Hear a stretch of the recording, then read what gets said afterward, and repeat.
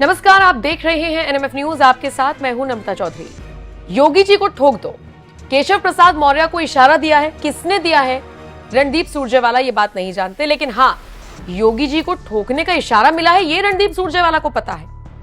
कांग्रेस नेता रणदीप सुरजेवाला ने एक मैसेज दिया है, या ये कह लीजिए एक ऐसा बयान दिया है जिससे बीजेपी में हड़कंप मच गया है और टूट फूट की राजनीति पर भरोसा करने वाली कांग्रेस एक बार फिर से इसी तरीके की बयानबाजी पर उतर आई है, जिसका कोई आधार नजर नहीं आता।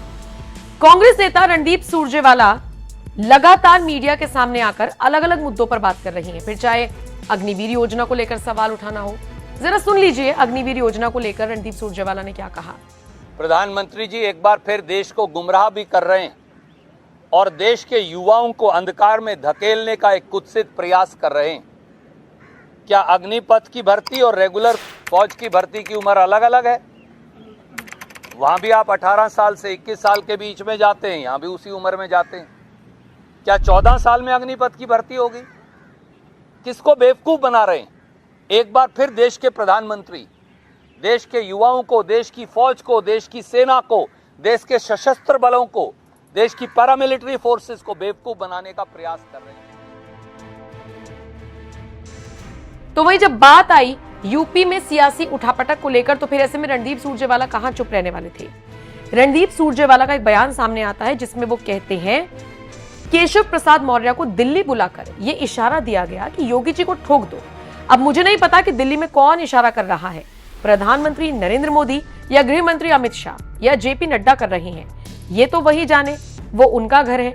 योगी जी अपने उप मुख्यमंत्री और पार्टी को ठोक रहे हैं।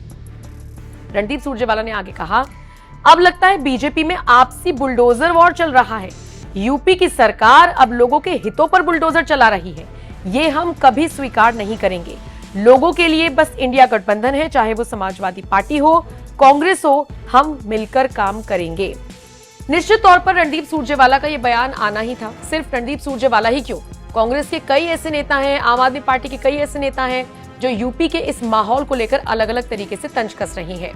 कुछ लोग कह रहे हैं योगी को हटाया जाएगा। संजय सिंह का बयान हमने आपको अपनी पिछली खबर में बताया ही था।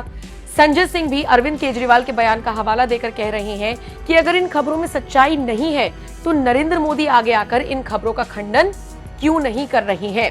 वैसे आपको बताते चले, बैठकों का दौर चल रहा है। तमाम मुख्यमंत्रियों के साथ हाल ही में नरेंद्र मोदी ने बैठक की, दिशा निर्देश जारी किए। इस बैठक में अमित शाह भी मौजूद थे, योगी भी मौजूद थे। कहीं से कोई तल्खी की खबर सामने नहीं आई। योगी को हटाया नहीं जाएगा, भूपेंद्र चौधरी ये बात साफ कर चुके हैं, लेकिन बावजूद इसके 2027 से पहले विपक्षी दलों के द्वारा एक माहौल तैयार किया जा रहा है।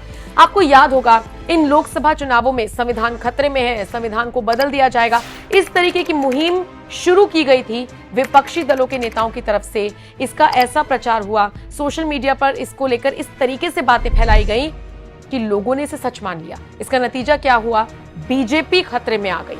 संविधान तो खतरे में नहीं आया, लेकिन बीजेपी की सीटें खतरे में आ गई और नतीजा आपके सामने है। बहुमत के आंकड़े से भी दूर रह गई बीजेपी और अब गठबंधन की सरकार चलाने पर मजबूर है। तो ऐसे में अब रणदीप सुरजेवाला इस तरीके की हवा बना रहे हैं कि योगी को ठोकने का इशारा दिल्ली से दिया जा रहा है। अब वो नरेंद्र मोदी दे रहे हैं, जेपी नड्डा दे रहे हैं या फिर अमित शाह दे रहे हैं, ये वो नहीं जानते। अब लोग उनको सवाल पूछ रहे हैं कि या तो आप पूरी बात बताते या फिर आपने आधी बात बताकर अब हमें भी कंफ्यूज कर दिया। बहरहाल आपको रणदीप सुरजेवाला के इस बयान के साथ छोड़े जा रहे हैं। जरा बताइए आप इस खबर को लेकर क्या राय रखते हैं और क्या आपको लगता है कांग्रेस और आम आदमी पार्टी इस मुद्दे को जबरदस्त तरीके से भुना रही है? आपको लगता है इन खबरों में कोई वास्तविकता है? कमेंट सेक्शन में अपनी राय हमें जरूर दीजिएगा।